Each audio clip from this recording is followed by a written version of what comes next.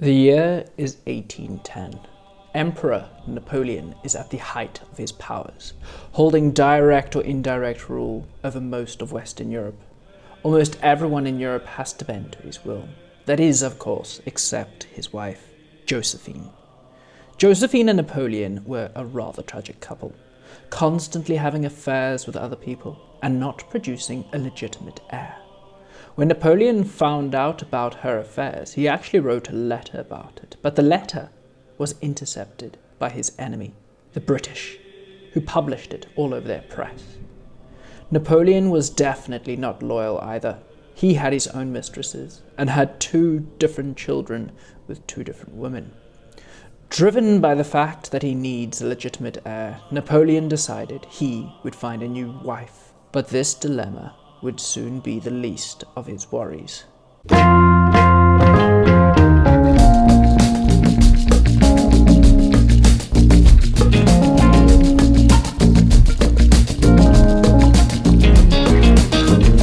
Hello and welcome to the channel. I am of course the Knight of History, and this is part number 5 of the French Revolution story. The final part. We're finally here, and we are going to unfortunately see the downfall of one of my heroes, Napoleon, and of course the downfall of the French Empire as well. As always, please don't forget to like, comment and subscribe. Now let's get into this. Napoleon needed a new wife, so after he had won the Battle of Wagram against the Emperor Francis II of Austria in 1809, he made them sign the Treaty of Schönbrunn in October, ending Austria and France's war in 1809, allowing Napoleon to take control of most of Germany. But during the treaty discussions, just after beating the Austrian Habsburgs, Napoleon took a page out of the Habsburg playbook, ruling by marriage, and he decided to ask the Austrian Emperor Francis Habsburg if he could have his daughter Marie-Louise's hand in marriage. Francis II could not refuse, so Napoleon quickly divorced his wife Josephine in January 1810 and married the Archduchess Marie-Louise in April 1810. The next year in 1811, they had a son. Napoleon had an heir, little Napoleon. With Napoleon being so strong and his empire being so influential, he practically ruled Europe. That is, except for one country, Britain. Britain was outside of Napoleon's influence, so he created something called the Continental System in 1806, calling for all European countries to stop their trade with Britain. It was practically an economic blockade. He hoped that it would cripple Britain's economy. Portugal, a nation that was extraordinarily wealthy from trade, refused to follow the Continental System, so Napoleon decided to march his army through Spain and occupy the Portuguese capital of Lisbon in 1807. This is the start of Napoleon becoming increasingly tyrannical, and it's really the start of him having a vice-like grip over the entire European continent. By March 1808, Ferdinand VII, the King of Spain, ascended to the Spanish throne after his father Charles IV was overthrown by a whole bunch of riots. Initially, Ferdinand actually buddied up to Napoleon, but just 2 months later, in May, Napoleon forced Ferdinand to abdicate his throne and overthrow the Spanish royal family, who were, interestingly, a branch of the Bourbon dynasty, the same dynasty that Louis XVI, the king who had his head chopped off back in France, was a part of. After Napoleon had forced Ferdinand to abdicate, he placed his older brother, Joseph Bonaparte, on the throne of Spain. That was, of course, until the Spanish population actually decided that they would like to elect their own king and moved to resist the French rule with a style of combat known as guerrilla warfare, meaning little wars in Spanish. Small bands of Spanish rebels who knew the landscape well launched surprise attacks on the French army and then would disappear into the surrounding forests and mountains. But Joseph Bonaparte still held on to the throne. With the Bonaparte family sitting on many of the thrones of Europe, things were once looking good, but now things were not going so well, especially when Britain decided to send 30,000 troops to Portugal in 1809 under the command of Arthur Wellesley. Spoiler alert here. This is the same man that would in time be known as the famed Duke of Wellington, so we're going to call him the Duke of Wellington from here on out.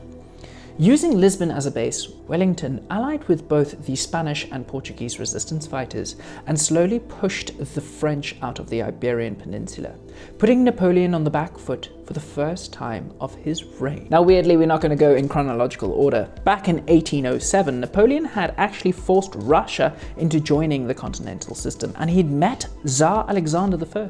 Both emperors actually greatly admired one another. In fact, after their meeting, Napoleon wrote a letter to his then wife, Josephine. "If Alexander were a woman, I'd make him my mistress." The Tsar Alexander described him, Napoleon, as an exceptionally handsome man, like a hero with all the graces and admiration of a Parisian. So, when in 1810 the Tsar abandoned the continental system and resumed trade with Britain, Napoleon was evidently furious and began to plan an invasion of Russia. Napoleon gathered an invasion force of around 600,000 soldiers, including French, Prussian, Austrian, Polish, and Danish people. In June 1812, in the summertime, this huge force began to advance into Russia. The Russian army did not meet Napoleon. Instead, they retreated further and further into their enormous country. As they retreated, they emptied their villages and burned down the surrounding fields and food supplies. Now, this type of campaign is known as the Scorched Earth campaign, and it left the French army with very little to eat as they advanced. Many of the 600,000 actually died due to starvation and exposure. Napoleon, however, would not stop marching 590 miles into Russia. Napoleon finally met the Russians in a battle, the Battle of Borodino, and it may have been the bloodiest battle in history up until that point.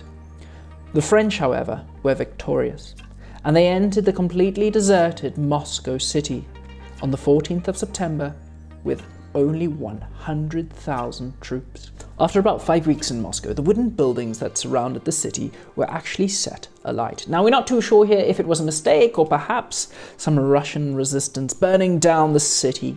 Napoleon was forced to leave the burnt shell of the city with very little food and very little in the sense of winter clothing. And Russia's two main generals, December and January, with their weapons, ice and snow, were closing in. By mid-October, the victorious Napoleon had no choice but to begin the grueling retreat back to Western Europe. The winter that year was particularly harsh, and Napoleon's army spent weeks trudging through the endless snow and ice of the Russian landscape. The troops died of disease and starvation and pneumonia, all whilst being chased down by the Russian cavalry, who shadowed their retreat. An estimated 200,000 horses died, many of them being eaten by the starving troops. Napoleon was actually forced to abandon his dying army, and he returned to Paris on a horse-drawn sled, whilst being constantly chased down by the Russians. The once invincible emperor had been crushed by the Russian winter. A catastrophic event for all of those involved. Only 1 in 4 of Napoleon's army would return home alive. Even though he had just suffered an enormous loss, Napoleon was of course down, but by no means was he out. Numerous nations formed a coalition against the French yet again. Even though they were outnumbered, they met them in battle at the Battle of Dresden. The French found victory on the 26th of August 1813 at the Battle of Dresden, but even his amazing military genius would not be enough to keep him from the inevitable. Napoleon, at the end of the day, was a military dictator and a tyrant. One by one, the European nations rose up against the French domination to form the Sixth Coalition. Napoleon's family, who had placed all over the thrones of Europe, slowly but surely were forced to abdicate their thrones and be exiled into France. By the 31st of March 1814, an allied European army had entered Paris and forced Napoleon Bonaparte to abdicate his throne. A few days later, on the 11th of April 1814, unwillingly, Napoleon was forced to surrender his throne and moved onto the island of Elba. He was actually made governor there, but he was also expected to live out the rest of his life on the island in exile, under the watchful eye of the British. A few months later, in exile, he learnt of Josephine's death and locked himself in a room for 2 days, refusing to leave. Napoleon was a broken man. Of course, that was until he escaped Elba and landed in south of France with just 700 loyal men on the 28th of February 1815. When Napoleon arrived, the brother of Louis XVI, Louis XVIII, had been made King of France, and he wanted to secure the Bourbon rule. So Louis XVIII sent the 5th Army Regiment to arrest Napoleon and his 700 men. But as Napoleon saw the army, he approached them alone, stating, "Here I am. Kill your emperor, if you wish." The soldiers responded quickly with, "Vive l'empereur! Long live the emperor!"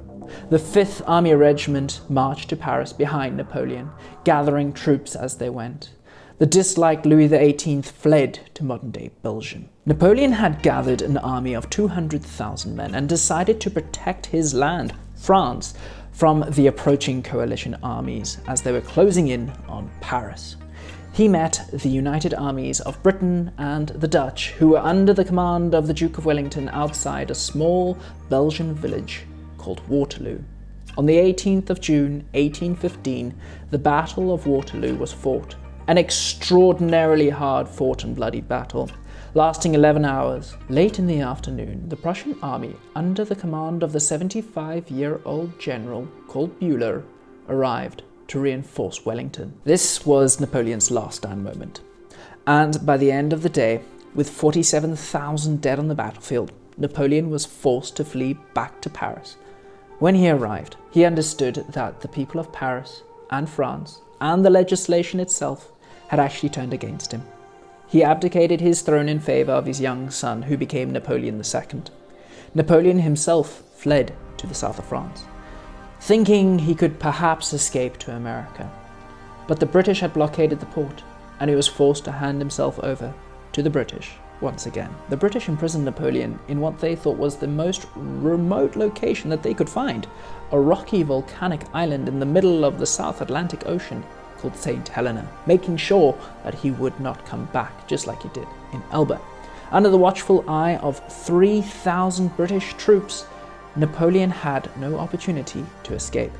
A few years later, in 1821, Napoleon died at the age of 51. Officially, he died due to stomach cancer, but years later it was actually proven that he died due to arsenic poisoning by the British. This ends the tale of the French Revolution, a bloody but exciting time of people's lives. People lived through this, overthrowing monarchies, forming a republic, forming an empire. I want to end off by paraphrasing a quote from Ollivander from the Harry Potter universe. After all, Napoleon did great things. Terrible, yes, but great. Thank you so much for watching. The more you know.